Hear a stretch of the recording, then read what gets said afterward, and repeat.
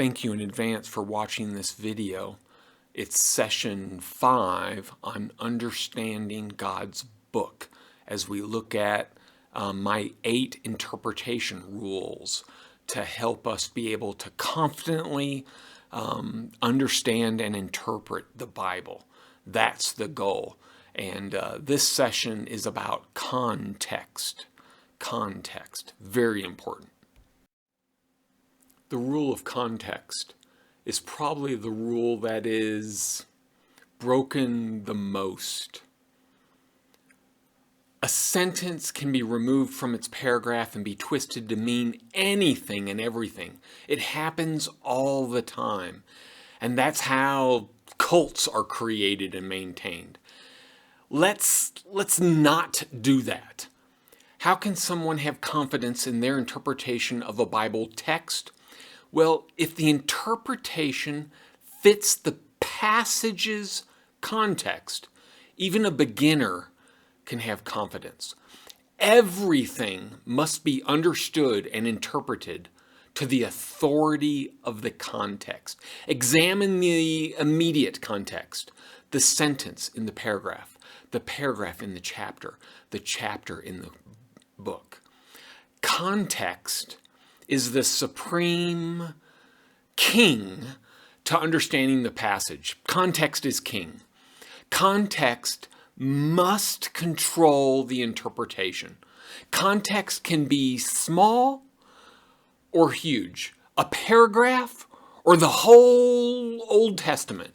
Think of it as a context cone, the cone of context flowing in a circle. The immediate verse as it relates to the chapter's main idea, to the book, to the testament, to the whole Bible, and then back down from the whole Bible to the New Testament or Old Testament, to the book of the Bible, to the chapter's main idea, to a single verse. Book and chapter. It must be understood that the purpose of the text and its outline and its audience all be understood from its context, from the passage around it. It's a big deal. This is my favorite passage to pick on when we talk about context. Let's consider Philippians chapter 4, verse 13. Which is quoted by Christians a lot. Philippians 4:13 says, I can do all things through him who strengthens me, in the New American Standard. Christians apply this sentence to enduring exams in college, handling difficult people at work, and changing flat tires during a blizzard. I can do all things through him who strengthens me. They even replace the word him for Christ or Jesus. And yet, what is the context of Philippians chapter 4, verse 13? Well, this sentence about doing all things is in a paragraph, chapter 4, verses 10 through 20, which is about God's physical provision. This sentence about doing all things is connected to God's physical provision. Philippians chapter 4, verse 10 speaks about rejoicing in God. Verse 11, Paul speaks from want. Quote, I have learned to be content in whatever circumstances I am in. Unquote. Chapter 4, verse 12 is about getting along with slim provision, being in need. And then to boom, having plenty. Philippians chapter 4, verse 13.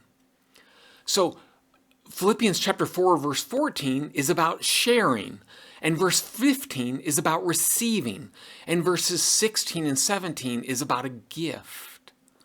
So the paragraph is about physical provision, enough food, clothing, and money to get by. So with that context, how should Philippians chapter 4, verse 13 be applied? Well, it only applies to our daily provision as from God, in want or in excess, in poverty or in abundance. Regardless of provision, we can do it through his strength. A context narrows the application. Context is king. And if you apply Philippians 4, verse 13 to anything other than God's provision in want or excess, you're taking it out of context. Thank you so much for watching this video about context. Let's pay attention to how we use Scripture and only use those verses in their context so that we use them correctly.